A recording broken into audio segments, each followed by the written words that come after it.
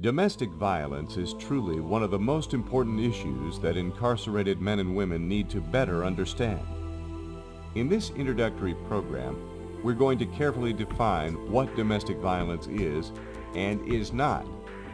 In the next program, we're going to look at domestic violence in terms of how it affects those who have been battered, then follow that up with a program on how their children and families are involved.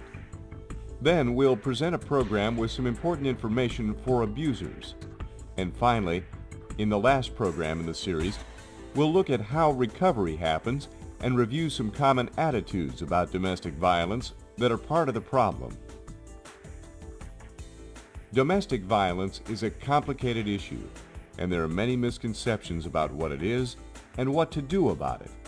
But it affects a large percentage of the population, either directly or indirectly. It affects so many people in our society. They say that about 1 out of every 4 women have been the victims of domestic violence. So if you think about that and how many women you know in your personal life, you'll understand how far-reaching it is. It affects the victim's children. It affects the people that come in contact with her. It affects people that she works with. It affects her parents. It affects her friends. The person can't function in a whole society, can't function as a whole person when they're being hurt by somebody. Domestic violence is often part of or related to other forms of abuse. That may include dating violence, the physical or emotional abuse of family members, the sexual abuse of children, and even the abuse of parents or grandparents. If domestic violence is a factor in your life, then it is very possible that these other issues are also, or may become so. However, these programs focus on domestic violence, so let's first define what we're talking about. Domestic violence is the physical or emotional abuse of an adult by someone they're living with. That can be a spouse or a boyfriend or girlfriend.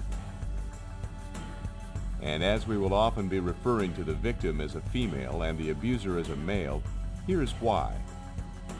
Although women are sometimes batterers, the great majority of physical abuse is inflicted by men.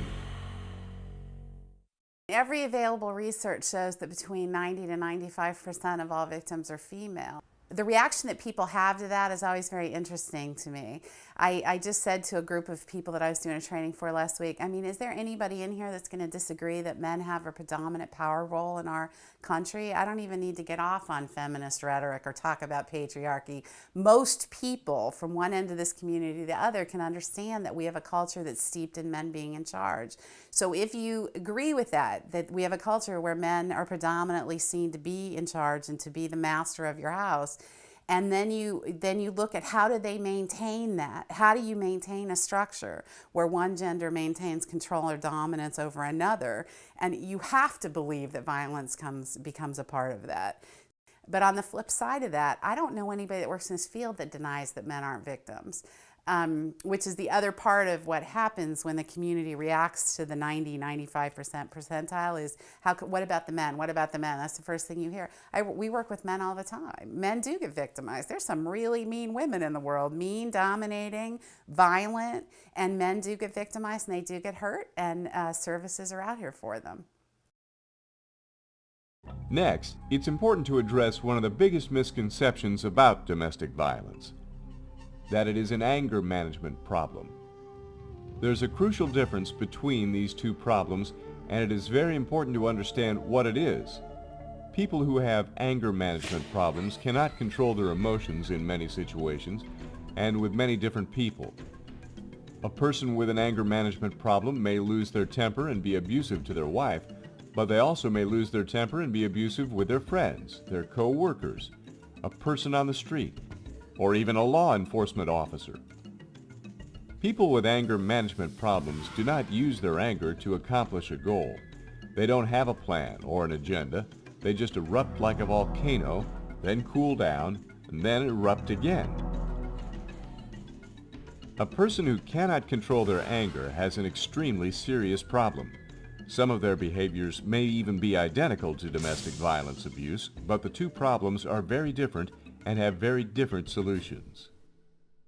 My favorite thing to get people to look at the difference between an anger management and domestic violence situation is if you have a guy who gets fired at work, he's driving home on the freeway, gets pulled over by law enforcement, gets a ticket, goes home, walks in the door, and beats the crap out of his wife, that's a domestic violence perpetrator.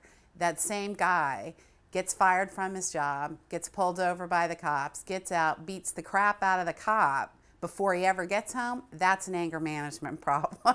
Domestic violence victims domestic violence perpetrators select who they are going to beat, when they are going to beat them, and how much they are going to beat them. They have control over what they're choosing to do. That's the really big difference. And you know, the truth is domestic violence is always about one person trying to control another person. When people get angry at their partner, they figure out a way to deal with it. They don't threaten to kill her. People who have anger management problems are mad at everybody. They have other issues that they need to deal with. I think anger management actually works for people that have anger management problems. It doesn't work for domestic violence offenders because that's not what's going on with them. The root of domestic violence is not anger, but the need to control another person. In fact, the physical violence that occurs almost always happens long after an extensive groundwork of controlling behaviors has been established. Most batters plan to batter, whether they're angry or not angry. They'll often think about it for a long period of time before it actually even happens, which means they're planning and plotting and figuring out how to do it. Another thing that we know is that even when batters stop using physical violence, even when you can get them to not beat her, they use all kinds of other forms of emotional and psychological abuse and control on her. So clearly the myth that he's just angry and she just needs to walk away while he's mad or he wouldn't do it is just fiction.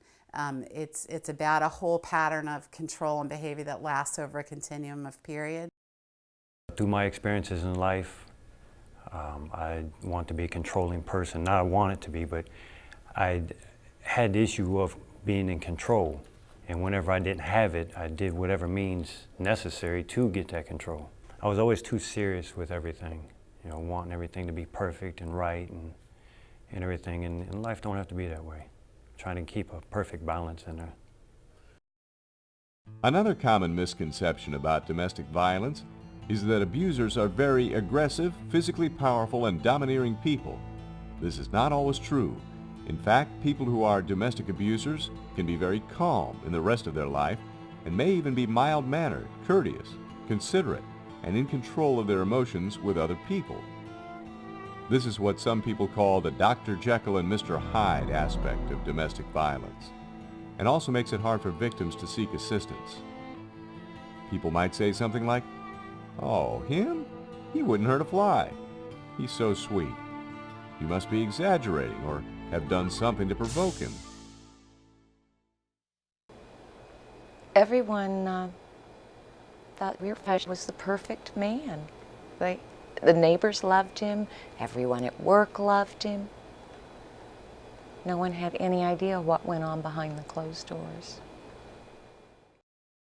You wouldn't believe how many women come forward for services who say, everybody thinks he's wonderful, or how many of her family and friends, when she actually discloses that she's being hurt, immediately turn on her because what their reaction is, I've been around him. I don't see any of this stuff, so she must be making it up, which is, it's another way to speak to his ability to control what is going on. He is so focused on her and controlling her.